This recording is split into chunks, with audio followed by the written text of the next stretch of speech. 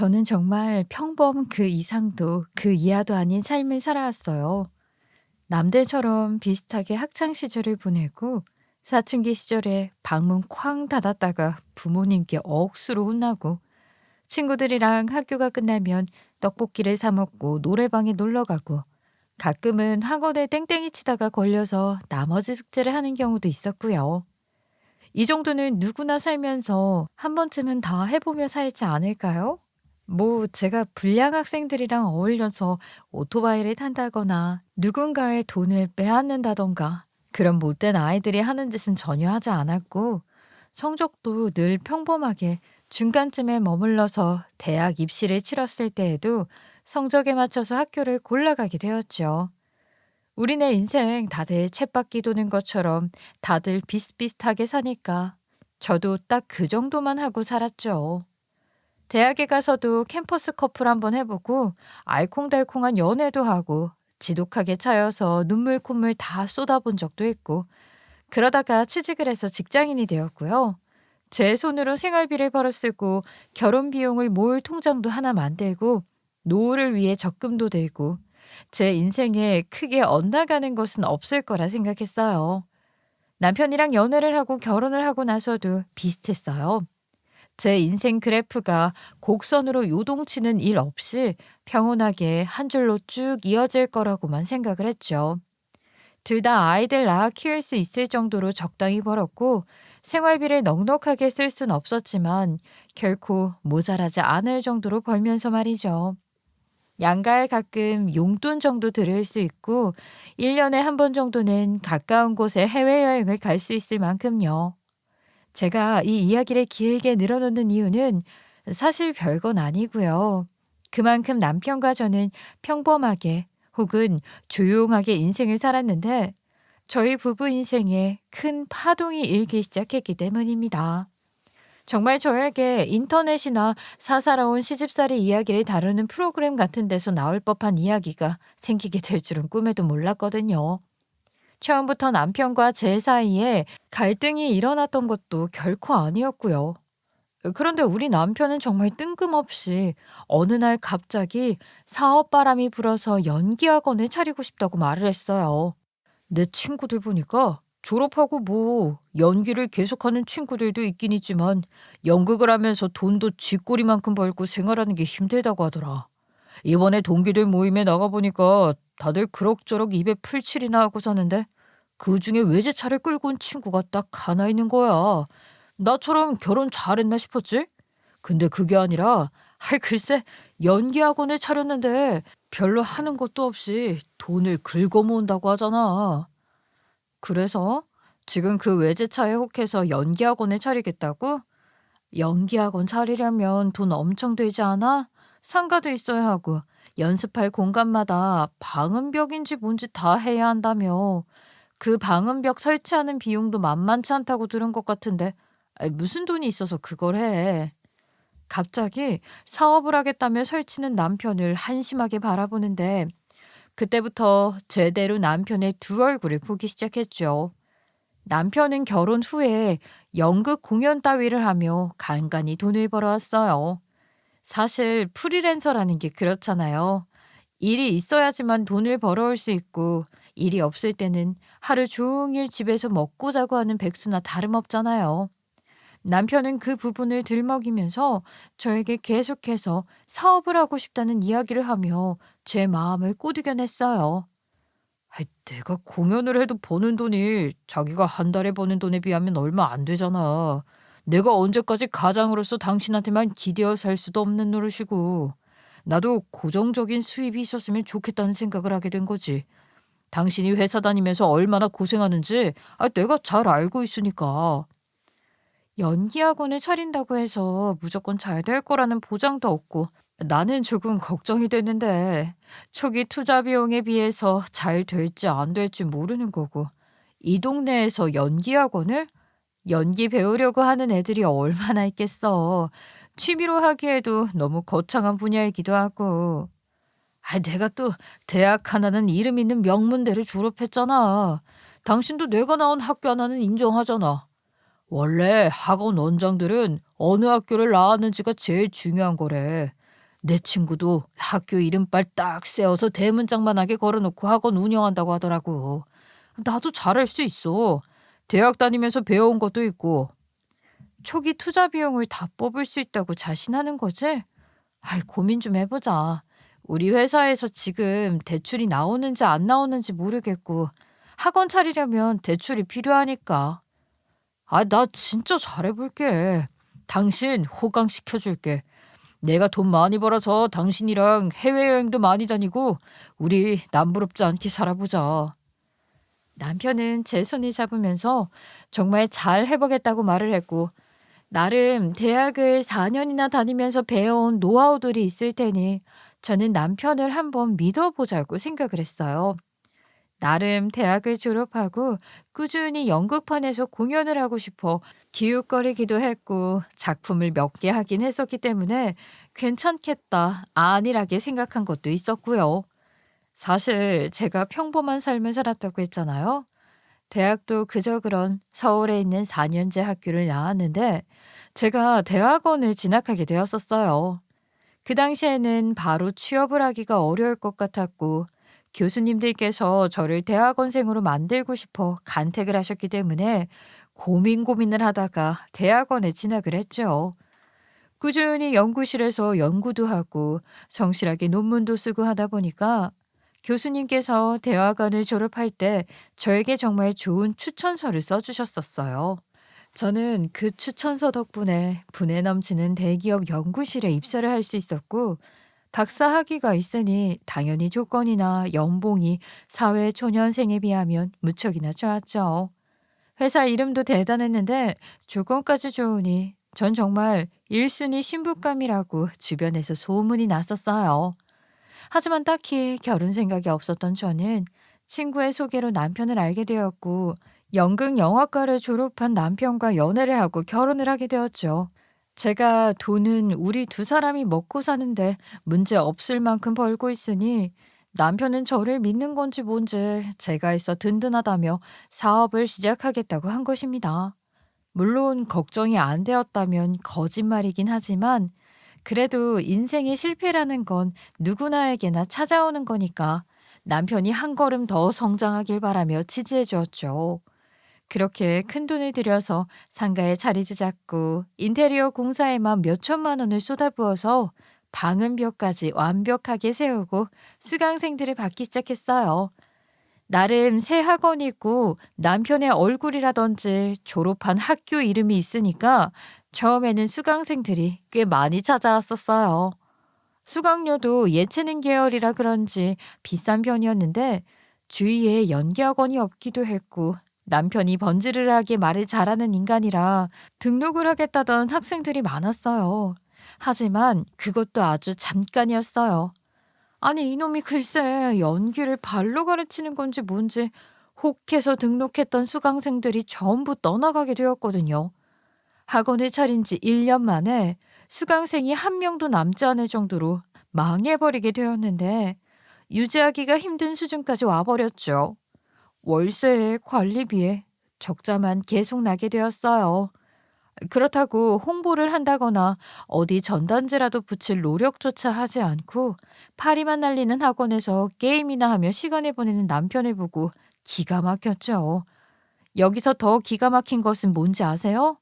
학원 자리를 상가에 마련을 했으니까 당연히 보증금이라는 게 들어갔을 거 아닙니까? 저도 생각이 있는 사람이니까 일부러 보증금을 더 얹어서 월세를 줄여서 자리를 마련해 주었는데 학원이 망하면서 자리를 빼게 되면서 보증금을 돌려받게 되었거든요. 그러면 대출 빚으로 만들어낸 보증금이니 당연히 저에게 들고 와야 하는데 아니 그걸 글쎄 시댁에다가 쏠랑 줘버린 겁니다. 저희 시댁은 그닥 형편이 좋은 편은 아니었어요. 늘 탐욕을 좇으며 사는 사람들이었고 돈이라면 눈을 뒤집고 달려든 사람이었어요. 저는 당연히 너무나도 황당해서 남편에게 그 보증금을 왜 시댁에 갖다 주느냐고 화를 냈죠. 내가 대출받아서 마련해준 보증금을 왜 시댁에 갖다 주고 그래? 당장 찾아와. 그 돈이 얼만데 그 큰 돈을 시댁에 전부 줘버리냐고. 당신 생각이 없어?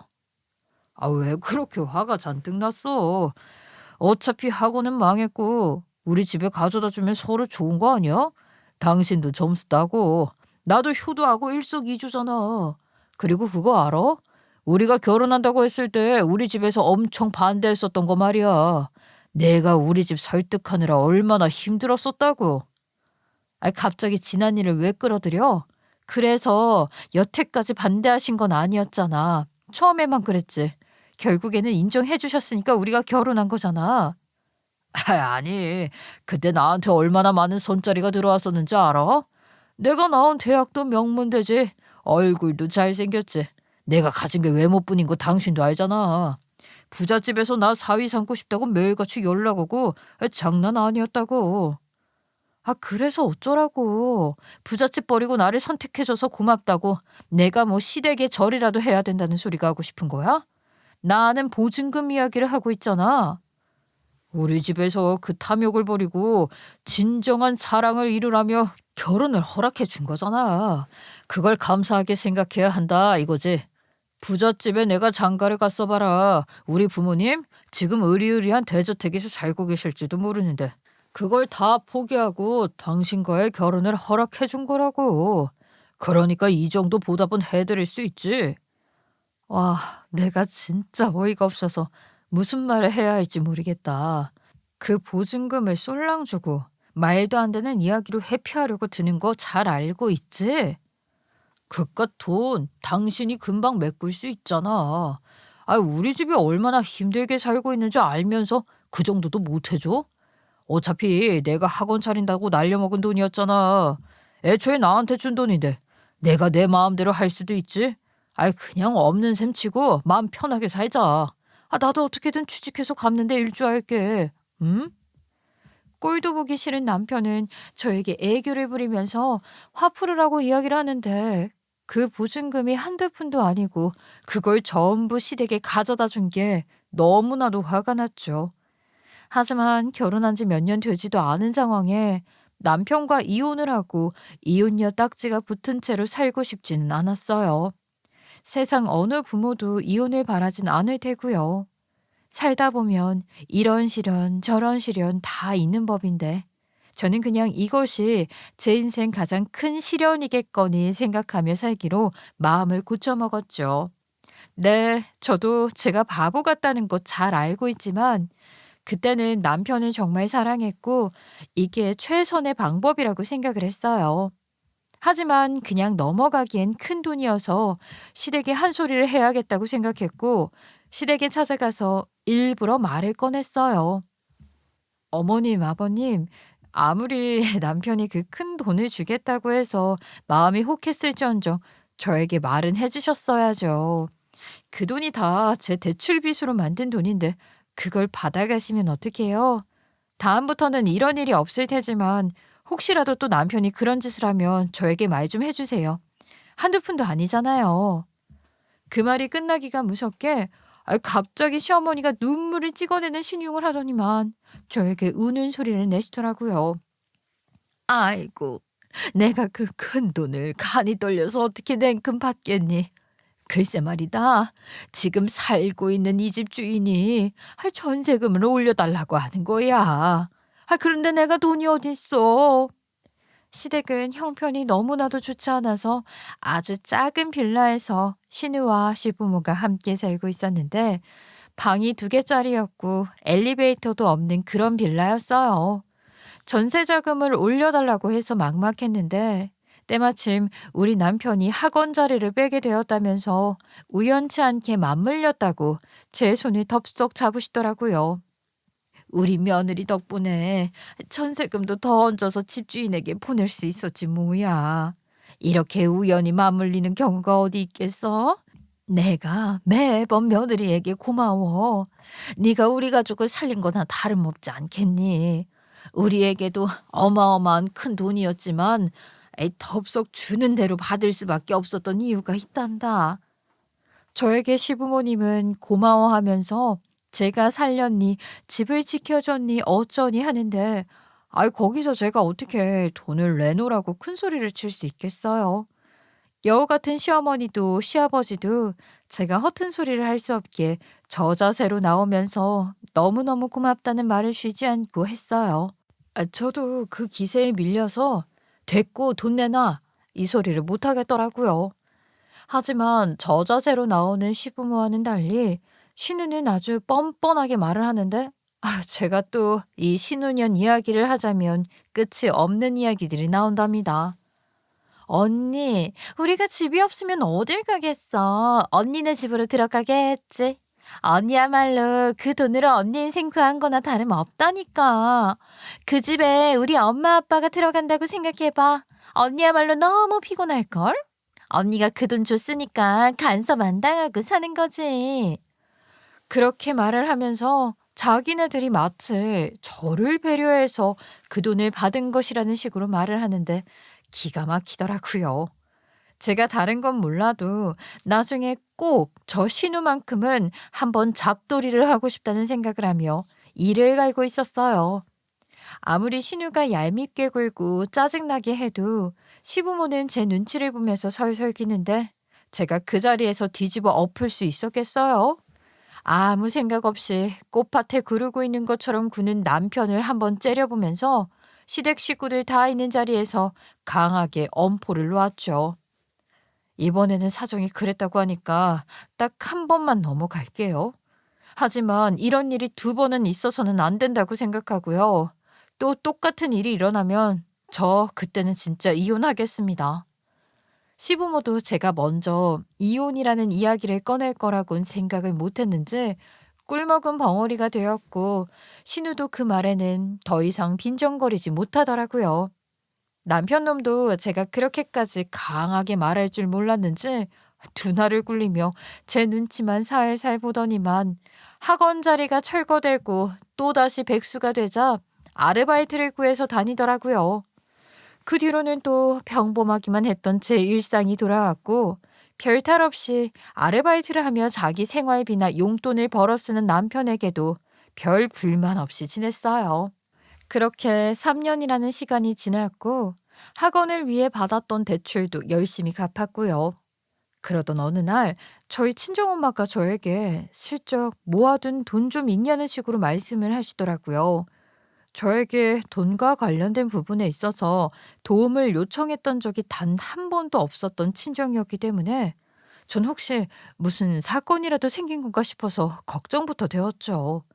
하지만 제 걱정과 달리 친정엄마가 꺼내신 말씀은 음식점을 하나 개업하고 싶다는 말이었습니다. "내가 너네 외할머니한테 배운 게 뭐가 있겠니? 그 시골 사람이 그렇게 김치 하나는 잘 담그잖아. 내가 그 비법 전부 물려받았고 나도 음식 장사나 한번 해볼까 한다." 저희 친정이 전라도 출신인데 외할머니가 그렇게 또 김치를 잘 담기셨었어요.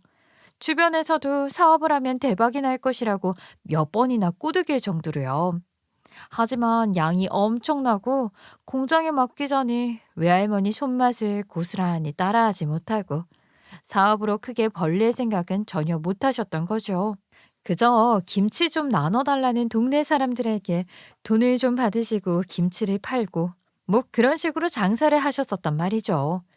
그 비법을 전부 저희 친정엄마가 물려받았는데 우리 가족이 만든 것이라서가 아니라 제가 먹어봐도 김치가 너무 시원하고 속 깊은 맛이 나고 장난 아니거든요.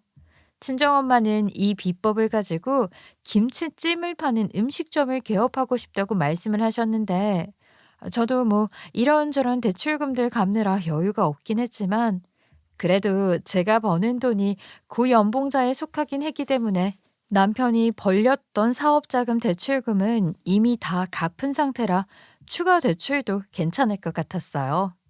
나름의 여유 자금도 존재를 했기 때문에 친정을 위해서 그 정도 돈을 쓰는 게 아깝지 않다는 생각도 했고요. 사실 시댁에서는 남편의 보증금을 전부 들고 갔기 때문에 더욱더 친정을 위해서 가게를 내드리고 싶다는 생각을 하게 되었죠. 그래서 저는 친정엄마께 가게를 내는 것에 돈을 보태드리겠다고 약속을 했고, 인테리어 비용이니 뭐니 돈이 꽤 많이 들어가게 되긴 했지만 친정 부모님께서도 모은 돈을 보태셨어요. 서로 의논하고 돈을 합쳐 모아서 부족한 부분은 제가 전부 채우는 식으로 친정엄마의 가게를 오픈하게 되었습니다. 제가 이 이야기를 일단 어느 정도 진행이 된 다음에 남편에게 통보하듯이 알렸어요. 자기도 저한테 보증금을 시댁에 준 다음에 통보를 했으니 나름의 복수를 한 것이죠.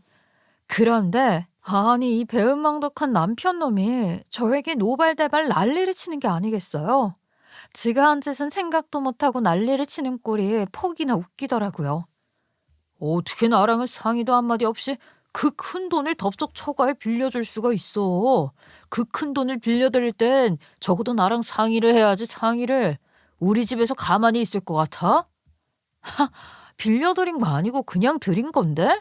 그리고 내가 당신한테 학원 차려줬던 돈 시원하게 말아먹고 보증금까지 시댁에 준 건 왜 생각을 안 해? 그때는 나랑 뭐 상의하고 결정했니? 심지어 그 돈 당신 돈도 아니고 내 돈이었는데 말이야. 내 돈으로 우리 집 도와드리겠다는데 왜? 아, 왜 다 지난 일을 가지고 와? 아무리 그래도 부부 사이잖아. 적어도 나한테 언질은 줬어야 한다고 생각해. 내가 우리 집에 그냥 돈 줬을 때 당신 난리 쳤었잖아. 아, 그게 억울해서 지금 나한테 똑같이 하겠다는 거야? 그리고 당신은 벌어서 나한테 가져다 주는 돈이 있기나 해? 그럴 때나 같이 상의하는 거지. 당신이 알바해서 버는 돈 다 당신 개인 생활비로 쓰잖아. 얼마 안 되는 그 푼돈 내가 돈 벌어와 당신 먹여 살려 시댁에 용돈까지 보내주잖아. 내가 왜 우리 집에 내 돈 못 주냐고. 내가 왜 당신한테 이런 소리를 들어야 하냐고. 시댁에 용돈부터 끊어봐 어디? 그 말에 갑자기 남편이 얼굴색을 싹 바꾸더니만 저 옆에 또 찰싹 달라붙어서 꼬리를 살랑살랑 흔들더라고요. 자기야. 자기가 우리 집에 잘하고 있는 걸 내가 모를까 봐? 당연히 잘 알고 있지. 그냥 나랑 상의 좀 했으면 얼마나 좋았겠냐. 뭐 이런 이야기지. 물론 당신이 벌어온 돈이니까 당신 마음대로 하는 것도 맞긴 한데 그래도 내가 남편이잖아. 남편한테 말 한마디 해주는 게 뭐가 어렵다고. 설마 내가 반대했을까 봐? 그냥 궁금해서 물어본 거야. 그 큰 돈 써도 되나 싶은 마음도 있고. 궁금한 게 뭔데? 그 큰 돈 써도 되나 싶은 건 뭐고? 당신 설마 나 몰래 무슨 사고라도 친 거 있어? 당신도 돈 필요해서 이러는 거야? 내가 무슨 사고를 쳐? 나를 꼭 이상한 사람으로 만들더라. 내가 얼마나 조용조용히 살고 있는데. 그냥 그렇게 돈을 쓰고도 남는 게 있나 싶어서 하는 말이지. 우리가 결혼한 지도 벌써 몇 년째야? 우리 집에서도 아이는 언제 가질 거냐고 궁금해하시고 말이야. 그냥 그런 걱정 때문에 그런 거지. 남편이 아이 이야기를 꺼내는데 기가 막히더라고요. 임신을 남자가 하는 것도 아니고 육아를 전담할 것도 아니면서 꼭 남들 하는 건 다 하고 싶어 하는 거죠. 아이를 낳으면 제가 2배로, 아니 100배로 고생할 게 뻔한데 이 남자의 뭘 믿고 제가 아이를 낳아서 키우겠어요. 지금도 아주 반품하고 싶은 생각이 스물스물 드는데요. 저는 기가 막혀서 남편을 바라보며 한 소리 쏘아댔죠. 당신이 취직이라도 제대로 해서 돈을 벌어오던지 말던지 해야 아이를 가질 거 아니야. 정말 대책 없이 남들 하는 건 다 따라하고 싶지? 부부가 결혼을 했으면 아이를 낳고 키우는 게 당연한 일이지. 뭐 남들은 그럼 따라하고 싶어서 애를 낳냐? 양가에서도 기다리실 텐데 아이 가져야 하지 않겠어? 그래, 100번 양보해서 아이를 가졌다고 치자. 내가 육아휴직 내면 도대체 무슨 돈으로 우리가 먹고 살 건데? 당신이 알바해서 버는 돈이 얼만데? 그걸로 우리 생활비에 대출금 갚고 아이까지 키울 돈이 되겠어? 지금 내가 버는 돈으로도 노후를 어떻게 보내야 하나 막막한데. 그 말에 남편은 꿀먹은 벙어리가 되더라고요. 이 모자란 이놈을 제가 임신을 하게 되어도 당연히 직장을 나갈 거라고 생각을 했나 봐요. 물론 저도 아이를 만약 가지게 된다 한들 직장을 그만둘 마음은 없었지만 저도 출산을 하자마자 바로 출근을 할 수 있는 건 아니잖아요. 아이가 혼자 알아서 크는 것도 아니고 당연히 엄마의 품이 필요한 시기가 존재하는데 대책 없이 아이부터 낳아서 어떻게 생활을 하겠어요? 그런 생각은 하나도 못하고 일단 생각나는 대로 말이나 뱉을 줄 아는 남편이 한심했죠. 우리가 한 달에 쓰는 생활비라는 게 있는데 말이야. 카페에서 아르바이트 하는 걸로 충당이 안 되잖아. 당신 우리 집 대출금이 얼마인지는 알고 있어? 내가 매달 얼마의 고정 비용이 지출되는지 그런데 관심이나 있냐 이 말이야. 전혀 모르지? 당신 혼자 알아서 잘하니까 내가 알 턱이 없지. 나한테 맡겨주기라도 했으면 내가 챙겼을 텐데 당신이 스스로 잘하니까 그래서 내가 간섭 안 한 거지. 당신 귀찮을까 봐. 입이 뚫려 있다고 말은 얼마나 잘하는지 지가 하나하나 신경을 안 쓰니까 울며 겨자 먹기로 제가 하는 건데 그걸 모르더라고요. 그렇게 남편과는 냉전 아닌 냉전 상태가 되었고 저는 그러거나 말거나 친정엄마의 가게 오픈을 도와드리며 제 할 일이나 열심히 하면서 살았어요. 오히려 다른 곳에 집중을 하니까 남편이 무슨 짓을 하든 말든 관심도 안 갖고 마음의 평화가 찾아오더라고요. 그렇게 또 며칠이 흐르고 갑자기 시댁에서 밥을 한 끼 같이 먹었으면 좋겠다고 연락이 와서 남편이랑 같이 퇴근 후에 시댁에 가서 저녁을 먹게 되었어요. 항상 돈 달라는 이야기를 하거나 뭔가 가지고 싶은 게 있을 때만 밥을 먹자고 하셔서 오늘은 또 어떤 이야기를 하려나 생각을 하면서 밥을 먹는 둥 마는 둥 했죠. 시어머니는 저에게 밥을 좀 푹푹 떠먹으라고 이야기를 하시는데 시큰둥하게 대답을 하고 깨작깨작거리고 있었어요. 그 순간 갑자기 신우가 비장하게 두 주먹을 꽉 쥐더니만 폭탄 선언을 하기 시작했고 저는 사례가 들려 기침을 연신 내뱉어야 했어요. 나 결혼할 거야. 내가 이번에 제대로 봉 하나 잡았거든. 이 사람 아니면 내 인생이 활짝 필 기회가 두 번 다시는 오지 않을 것 같아. 무조건 결혼할 거야. 아니, 아가씨, 갑자기 자다가 무슨 봉창 두들기는 소리예요? 결혼을 한다고요? 아가씨가 남자친구 있다는 소리를 들은 기억도 없는데. 남자친구 생길 때마다 어떻게 매번 이야기를 해요. 나는 언니처럼 연애를 오래 쉬는 타입이 아니라서 말이에요. 아, 그리고 언니도 결혼했는데 나라고 왜 못해? 신우가 콧방귀를 끼면서 이야기를 하는데 아우 저 망할 기집애는 저한테 무슨 자격지심이라도 있는 건지 말끝마다 비교질을 하면서 이야기를 하더라고요. 저도 괜히 지고 싶지 않은 마음이 들어서 마음을 가라앉히고 신우에게 일침을 쐈지요. 아가씨, 조건만 따지고 보면 내가 훨씬 낫지. 나도 했는데 아가씨라고 왜 못하긴. 아가씨는 제대로 된 직장도 없고 무슨 네일 아트를 하니 미용을 하니 매번 말만 번지를 하게 했잖아. 자격증 따겠다고 집에서 돈은 다 가져가고 자격증 하나 없지 않아요? 아가씨랑 나랑은 출발점이 다르잖아.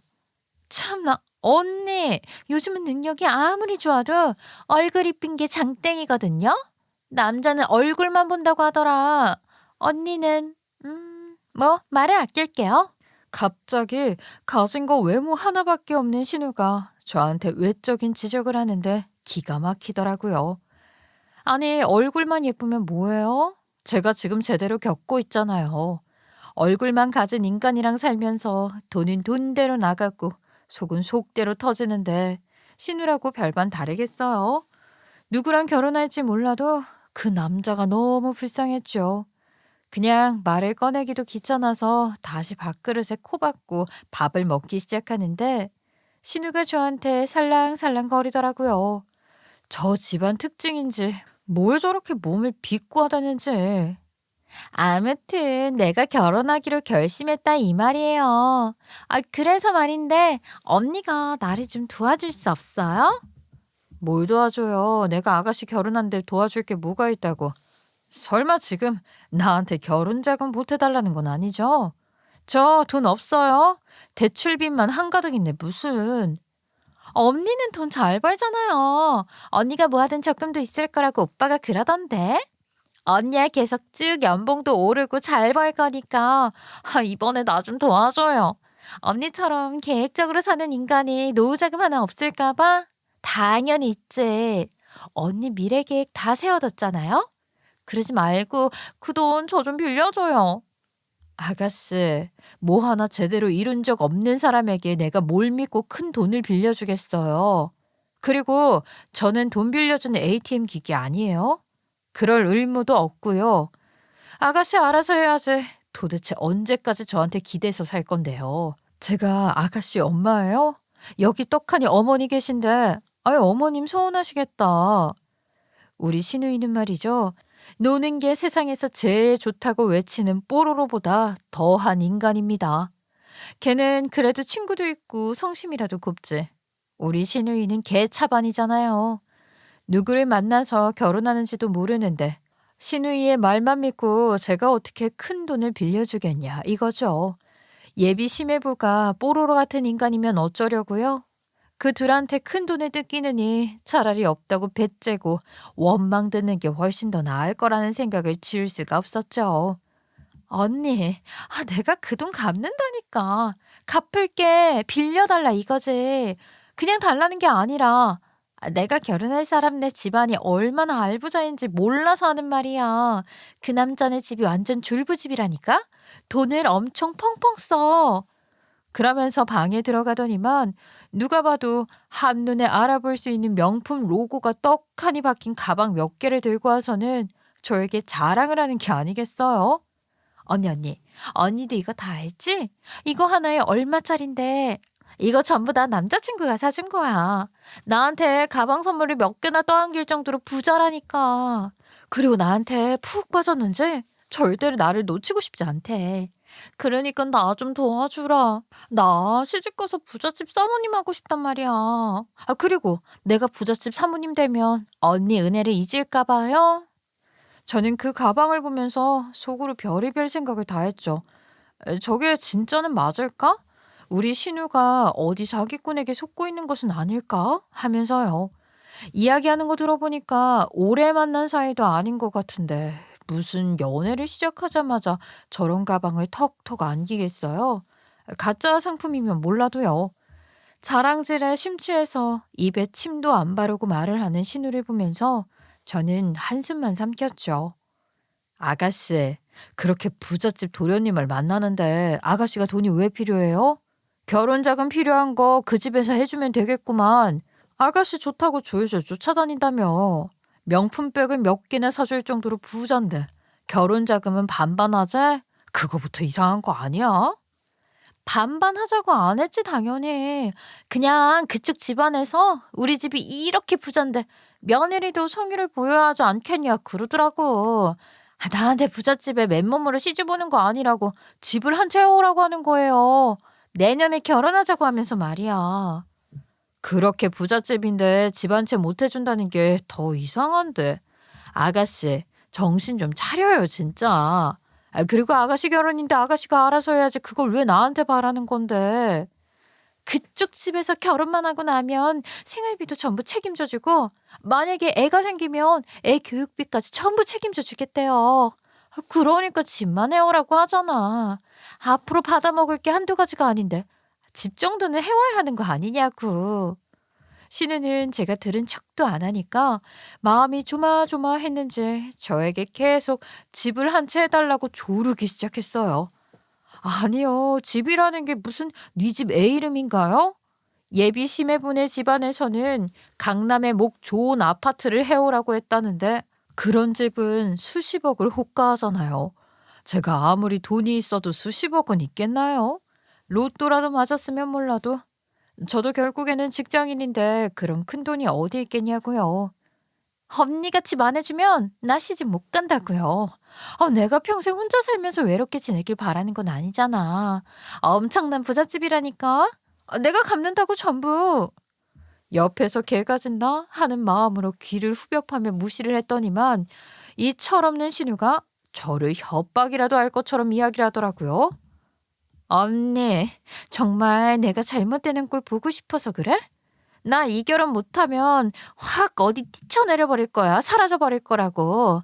나 잘못되면 다 언니 탓이야. 남편의 시부모님까지도 저에게 조금 도와줄 수 없냐는 식으로 찔러보는데 아니 온 가족이 염치가 없어도 너무 없다는 생각 말고 다른 생각은 안 들더라고요. 마치 저에게 돈이라도 맡겨놓은 사람들처럼 구는데 전 당연히 들은 척도 안 했죠. 그렇게 몇 달 동안 시댁 연락을 차단하고 지냈는데 그 와중에 아주 경사스러운 일이 일어났어요. 저희 친정엄마의 가게가 정말 초대박 수준으로 장사가 잘 되기 시작한 겁니다. 가게를 오픈한 지 몇 개월이 되었는데 매출 신기록을 매일매일 찍을 정도로요. 장사가 잘 되어도 너무 잘 되어 대기줄이 건물 밖에 이어질 정도로 초대박이 났고 제가 퇴근 후에 슬쩍 들러도 사람이 늘 넘쳐 있었어요. 신우 때문에 스트레스 받은 것도 잠시 친정엄마 가게가 잘 되니까 기분이 좋았는데 아이 글쎄 남편 놈이 할 일이 딱히 없으니까 저희 친정엄마 가게에 출근을 하더라고요. 처음에는 무슨 꿍꿍이가 있나 싶었는데 나름 성실하게 일손을 돕기 시작하더라고요. 하고 있던 아르바이트도 그만두고 친정엄마 가게에 오픈 시간부터 마감 시간까지 가서 일을 했어요. 저는 이놈이 철이라도 들었나 싶어서 며칠 지켜보고 있었는데 이놈이 글쎄 출퇴근을 하다 보니까 자연스럽게 가게 매출까지 알게 된 것이었죠. 당신 장모님 가게 매출이 얼마나 나오는지 모르지? 와, 요즘 며칠째 신기록 달성하고 있는데 하루 매출이 진짜 어마어마하더라. 오죽하면 장모님 입이 귀에 걸렸어.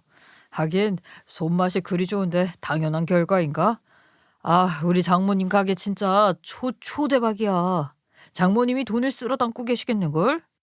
설마 저 인간이 우리 엄마의 돈이 욕심나서 저러는 건가 싶어서 경계를 풀지 않았는데 남편이 제 눈치를 슬쩍 보더니만 친정엄마의 칭찬을 계속하는 거예요. 나는 장모님이 정말로 존경스러워. 나도 학원 망해봐서 잘 알잖아. 매출 오르는 게 내가 노력한다고 되는 게 아니라니까. 게다가 직원들에게도 얼마나 잘해주시는지. 내가 본받을 게 한두 가지가 아니더라고. 사업을 시작할 때 우리 장모님한테 노하우라도 받았어야 했는데 말이야. 아니, 매출이 계속 오른다고 했잖아? 직원들한테 기분이 좋았는지 용돈으로 5만 원씩 주시더라니까. 저녁에 치킨이라도 한 마리씩 사 먹으라고 말이야. 진짜 대인배. 그래서 당신은 언제까지 우리 엄마 가게에 출퇴근할 건데 하루빨리 직장을 알아보는 게 좋지 않겠어? 장모님 옆에 내가 있는 거랑 없는 거랑 다를걸. 남이랑 일하는 것보다 사위 부려먹는 게 편한 법 아니겠어. 내가 뭐 월급을 달라는 것도 아니고 장모님 도와드리고 싶어서 무급으로 일을 하고 있는데 칭찬은 못 해줄 망정 왜 자꾸 싫은 티만 내. 다 서운하게. 근데 정말로 남편은 친정엄마께 돈 달라는 소리 한마디 없이 가게 출퇴근을 해서 일을 돕더라고요. 사람 속은 정말 모르는 거라고 남편이 철이 들었나 싶었어요. 그런데 이놈이 정신을 차렸다고 생각했던 제가 멍청했던 거죠. 아주 시원하게 제 뒤통수를 치더라고요. 진짜 지금 생각해도 어이가 없어서 웃음이 나와요. 정말 평화로운 직장에서 연구를 하며 시간을 보내고 있는데 신우가 뜬금없이 저에게 전화를 했더라고요. 의심 없이 받았죠. 언니, 내가 언니 덕에 기선다 기살아. 언니 정말 고마워요. 내가 힘이 닿는 데까지 갚아볼게. 언제까지 갚을 수 있을지는 장담 못하지만 말이야. 무슨 뚱딴지 같은 소리를 해요. 아가씨, 전화 잘못 건 거 아니에요? 나한테 고마울 게 뭐가 있다고. 그리고 갚긴 뭘 갚아요? 언니도 참. 언니가 집 해줘서 나 드디어 시집 가잖아. 물론 시댁에서 원하는 강남은 아니지만 집이 그래도 꽤 괜찮던데? 고마워요, 언니. 이게 무슨 소리야, 정말. 아가씨, 뭐 꿈이라도 꿨어요? 내가 무슨 집을 해줬다고 그래? 아가씨 혹시 뭐 술이라도 먹었어? 대낮부터 취했으면 곱게 자요, 그냥. 언니, 몰라서 그러는 거야? 모른 척 하는 거야? 부끄러워서 그래? 오빠가 오빠 이름으로 대출 받아서 나 신혼집 해줬잖아. 그 돈 어차피 언니가 갚을 거고. 저는 이게 무슨 소리인가 싶어서 정신이 확 들더라고요. 신우는 제가 말이 없자 말 실수라도 했다고 생각한 건지 서둘러서 고맙다는 인사를 끝으로 전화를 끊더라고요. 저는 너무나도 황당해서 남편에게 바로 전화를 걸었는데 글쎄 이놈이 친정엄마 가게에서 바쁜 건지 일부러 피하는 건지 전화를 안 받더라고요. 그때부터 연구가 손에 안 잡히는데 정말로 손이 다 달달 떨리더라니까요. 퇴근을 하자마자 바로 친정엄마 가게로 갔죠. 그랬더니 글쎄 가게 주인인 척 하면서 손님들을 맞이하고 있는 남편이 바로 보이더라고요. 친정엄마는 주방에 계신 것 같았고요. 당신, 여기서 왜 당신이 주인인 척하고 있어? 내가 진짜 어이가 없어서. 됐고, 나랑 이야기 좀 해. 따라 나와. 여기서 말해봐야 큰 소리밖에 더 나겠어. 나 일하고 있는 거 안 보여? 손님들 주문 받아야 하는데. 아이, 바빠 죽겠는데 무슨 할 말이 있다고 불러내는 건데. 여기서 험한 꼴 보이고 싶은 거 아니면 조용히 따라 나오는 게 좋을 텐데. 나도 우리 엄마한테 쪽팔리게 싸우는 꼴 보여주고 싶지 않거든. 당장 나와. 지도 찔리는 게 있는지 끝까지 버티려는 남편 놈의 귀때기를 잡아 끌고 가게 밖으로 나왔더니만 저한테 짜증 섞인 표정을 짓더라고요. 지금 제 앞에서 무릎을 꿇고 빌어도 용서해 줄까 말까 한 처지에 당당하게 나오니까 화가 더 나더라고요. 아가씨한테 전화 받았어. 당신이 대출을 받아서 집을 해줬다고 하던데 당신이 무슨 돈이 있어서 그 큰 돈을 해줬다는 건데? 누가 어떻게 갚을 건데? 당신 지금 월급도 안 받고 엄마 가게에서 일하고 있으면서 누구 보고 감당하라고 그런 짓을 하냐고. 당신 진짜 미쳤어? 내가 놀자리 보고 발 뻗었지. 장모님 가게 매출이 얼마나 나오는지 당신이 몰라서 그래. 장모님 장사 진짜 잘 된다니까. 아, 내가 왜 물푼을 일을 돕겠어? 내가 그동안 받아낸 손님이 몇인데. 장모님한테 돈 좀 달라고 하자. 한 3억 정도 땡겨달라고 하면 대출금 다 갚지. 내 동생 시집은 가야 할 거 아니냐. 거기다가 엄청난 부잣집이라고 하는데 팔자 피는 소리 여기까지 들리지 않아? 이번에 무조건 시집 가야 한다니까. 그렇게 말을 하면서 자기는 다 계획이 있다고 하는데 도대체 무슨 계획이 있다는 건가요? 남에게 빌붙어서 기생충처럼 살 계획이 있다는 건지 뭔지. 너무 기가 막히니까 말이 안 되는 소리를 들었음에도 반박을 할 단어가 떠오르지 않을 정도로 멘탈이 날아가 버리더라고요. 진짜 대책이 없어도 너무 없는 거 아니야? 대출은 당신 이름으로 받아놓고 왜 우리 엄마한테 돈을 달라고 그래? 당신이 이 가게 오픈하는데 뭘 도왔다고? 지금도 손님들한테 인사나 하고 굳은 일은 하나도 안 하면서 뭘 잘했다고 3억이라는 돈을 달라고 하냐고. 미쳤냐고 진짜. 당신 돈이 들어갔잖아. 당신 돈이. 그러니까 당신한테도 이 가게 매출에 대한 지분이 있는 거 아니야. 그 돈 좀 받겠다고 하는 건데 뭐가 문제인데. 나도 지금 월급 한 푼 안 받고 일하고 있으니까 장모님도 충분히 도와준다고 말하셔야지. 그리고 나는 앞으로도 돈 안 받고 일하면 되지. 당신이 그딴 생각을 하고 있다는 거 행여나 우리 엄마 앞에서 입도 뻥끗하지 마. 진짜 내가 쪽팔려서 어디 가서 말도 못하고. 당신이 알아서 갚어. 당신이 저지른 일이니까. 내가 돈이 어디 있어서 그 큰 돈을 갚냐? 내가 지금 대기업 다니고 있는 것도 아니고 나는 못 갚지. 당연히 장모님께 손 벌릴 생각이었는데. 저는 남편에게 친정엄마한테 돈 이야기를 꺼내면 아주 목숨은 부지 못하게 만들 거라고 엄포를 놓았는데 이 미친 인간이 생각이 없으니까 그런 짓도 했겠죠. 당장 대출금을 갚아야 하는데 돈이 없으니까 결국에는 친정엄마한테 돈을 달라고 했더라고요. 진짜 미친놈이라는 말이 절로 나오지 않겠어요? 친정엄마도 갑자기 3억이라는 돈을 달라고 말하는 남편에게 기가 막혀서 입만 떡 벌리고 있다가 저에게 전화를 거셨더라고요. 아니 김서방이 글쎄 나한테 3억이라는 돈을 달라고 하지 뭐야. 너 혹시 김서방한테 우리 가게에 돈 투자했으니까 지분이 있으니 그거 받아오라는 식으로 말했어? 김서방이 나한테 지분 타령하면서 3억을 내놓으라고 하더라. 이게 도대체 다 무슨 말이니? 그 말에 얼굴이 새빨갛게 달아올라서 정말로 쥐구멍에 숨고 싶더라고요. 친정엄마께 절대로 김서방한테 돈 줄 생각하지 말라고 제가 알아서 처리하겠다고 말을 했죠. 절대로 지분 타령한 적도 없고 돈을 받아갈 생각도 없었다고 신신당부를 했고요. 친정엄마야 당연히 제 말을 믿어주셨고요. 저는 이 사건을 겪고 나서야 드디어 남편과 빨대를 꽂는 시댁이랑은 끝을 내기로 결심을 했습니다. 저희 친정엄마 가게에서 무급으로 일을 하면서 사람 좋은 척 연기를 했던, 그러면서 대출을 받아 제 뒤통수를 깐 남편을 용서할 수가 없었죠. 제가 크게 뒤통수를 맞았으니까 당연히 저도 똑같이 뒤통수를 때려줘야 하지 않겠어요?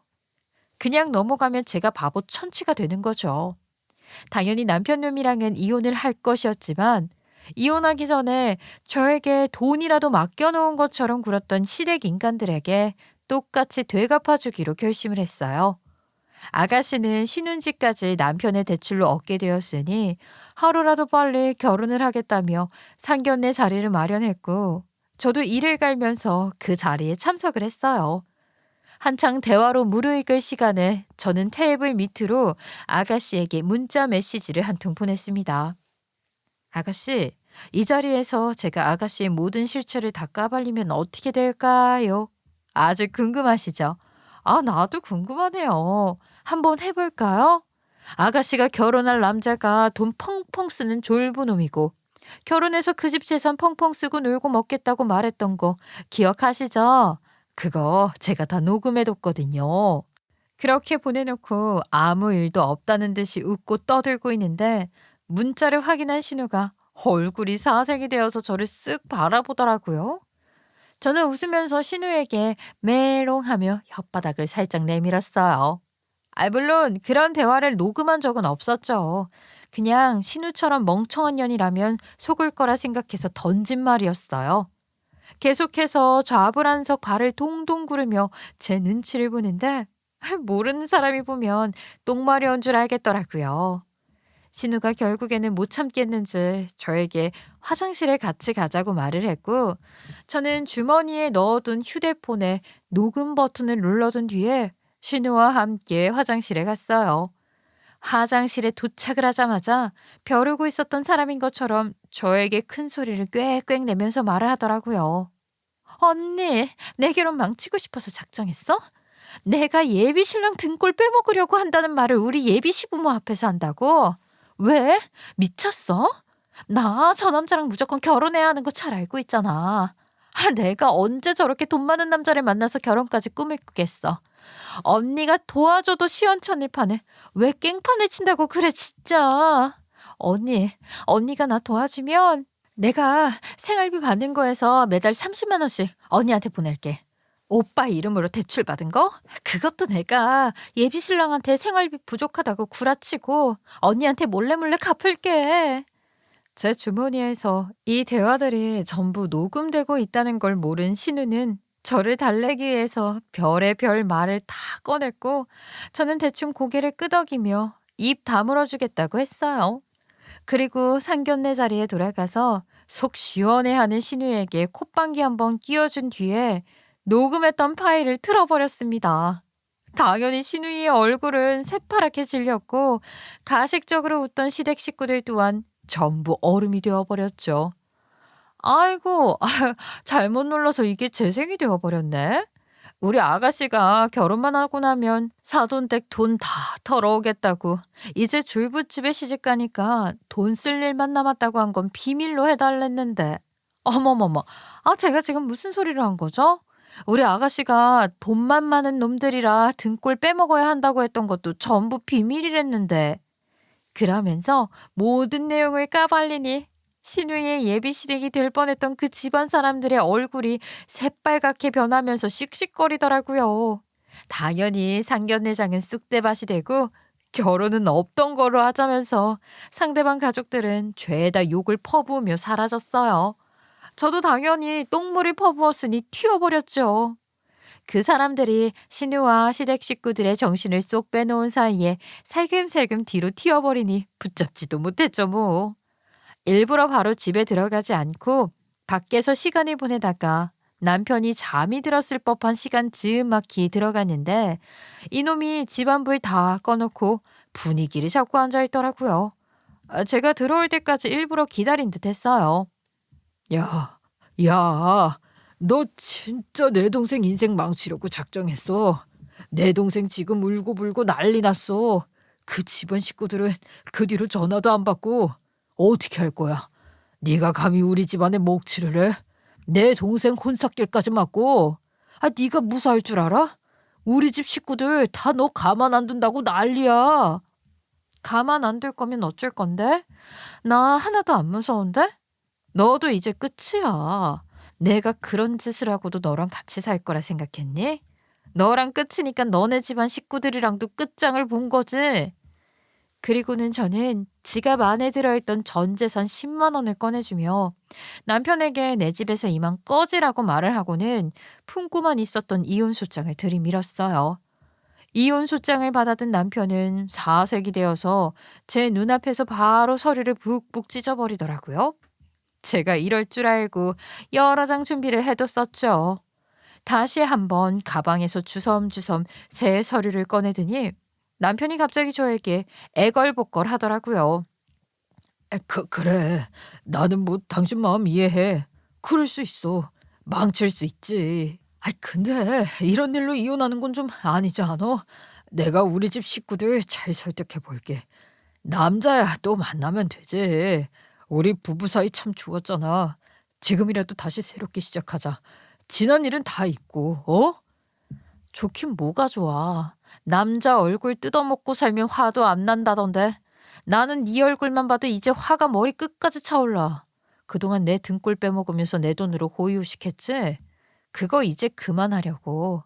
니네 가족이며 전부 다 버리려고. 그러니까 집 안 나가? 도장 안 찍어? 그러면 난 바로 변호사 선임할 거야. 당신이 너무 화가 난 것 같다. 오늘은 머리 식힐 겸 혼자 생각 정리 좀 해. 이거 당신이 준 10만 원 숙박비지? 내가 나가서 잘게. 숙박비는 무슨. 그거 당신한테 주는 위자료야, 위자료. 당신이 나랑 살면서 돈을 벌었니 뭘 했어? 가정을 유지하는데 들어간 비용이 없으니까 이 10만 원도 과하다고 본다 나는. 남편은 아무 말도 못하고 저에게 화를 좀 가라앉히라는 식으로 행동을 하더니만 주랭랑을 치더라고요. 저는 다음날 바로 변호사를 선임했어요. 그동안 남편이 저에게서 갈취한 돈, 연기학원 보증금, 시댁의 빨대, 생활비며 용돈 다 제 재산이었다는 것을 증명해냈죠. 우리 친정엄마한테 가서 돈 달라 당당하게 요구하고 저 몰래 대출받은 것까지 죄다 유책 배우자로 결론 지어지기 충분한 증거더라고요. 남편은 당연히 저에게 위자료를 물어주게 되었고 신우이의 집을 사주기 위해 대출받았던 것까지 다 떠안게 되면서 지가 알아서 갚아나가야 하게 되었어요. 내가 무슨 능력이 있어서 이걸 전부 갚아나가. 당신 하나만 바라보고 살았는데. 나 당신 없으면 나 아무것도 못하는 사람인 거 잘 알잖아. 제발 나 버리지 마. 내가 다 잘못했어. 앞으로는 요 입도 뻥끗 안 할게. 우리 집에 용돈 들이자고도 안 할게. 제발 나 한 번만 살려주라. 어? 제 앞에서 석고대죄를 하듯이 무릎을 꿇고 비는 남편의 대갈통은 확 갈겨버렸죠. 상상으로만 하던 짓을 실제로 하니까 속이 그렇게 시원할 수가 없더라고요. 전 남편은 저에게 위자료 1,000만 원과 시댁에 쏠랑 줘버렸던 학원 보증금까지 전부 뱉어내야 했어요. 그리고 더 웃긴 건요. 보증금 가져간 게 8천만 원이었는데 시댁 전세금은 5천만 원 올랐더라고요. 남은 3천만 원으로는 지들 집 가전 바꾸고 여행 다니느라 썼더라고요. 법원에서는 전부 다 저에게 돌려주라고 판결을 내렸고요. 아이고 속 시원해라. 전 남편은 저에게 돈을 물어줘야 하는데 이전 신우에 날아가 버린 신혼집 대출까지 받아줬잖아요. 전 남편은 이전 신우에게 돈 내놔라 했는데 이 망할 신우가 입을 싹 씻은 거죠. 나 몰라라 하면서 전 남편에게 네가 해주겠다고 해놓고 나한테 왜 그러냐 배째라고 나온 겁니다 글쎄. 전 남편은 직장도 없는데 대출금은 갚아야 하니까 그때부터 모든 걸 내려놓고 막노동 뛰면서 힘들게 벌어먹고 산대요. 이전 신우는 전 남편이 해준 집에 들어가서 안면물수하고 살면서 또 다른 돈 많은 남자를 물색하면서 이 남자 저 남자 기웃거리고 다녔대요. 그러다 부잣집 남자를 또 만나게 되었는데 이전 신우가 자기한테 집은 있으니까 결혼만 하자고 서둘러 하다가 결혼하고 나서 그 남자가 부자인 척 연기를 했던 사기꾼이라는 거 알고 빚을 더 지었다고 하더라고요. 결국에는 이전 신우는 그 남자 대신해서 빌려준 돈을 갚으려고 전 남편의 빚으로 만들어낸 그 집을 팔게 되었대요. 그리고 전 남편은 대출을 갚느라 허리가 휘어선다고 하는데 딱 제가 원하는 파국을 맞이하게 되어서 너무나도 속이 시원했어요. 이 이야기를 들려준 전 남편 지인이자 제 지인과 아주 배꼽 빠지게 박장대소를 했네요. 암튼 그 인간들 평생 그렇게 거지처럼 살았으면 좋겠습니다. 저는 점점 더 승승장구하여 전 남편과는 접점이 없는 곳으로 떠나려고 마지막으로 이 이야기를 꺼내봤습니다. 여러분들에게 응원과 용기를 얻어가려고요. 제 인생 이야기를 어떻게 들어주셨을지는 모르겠지만 함께 들어주셔서 감사합니다.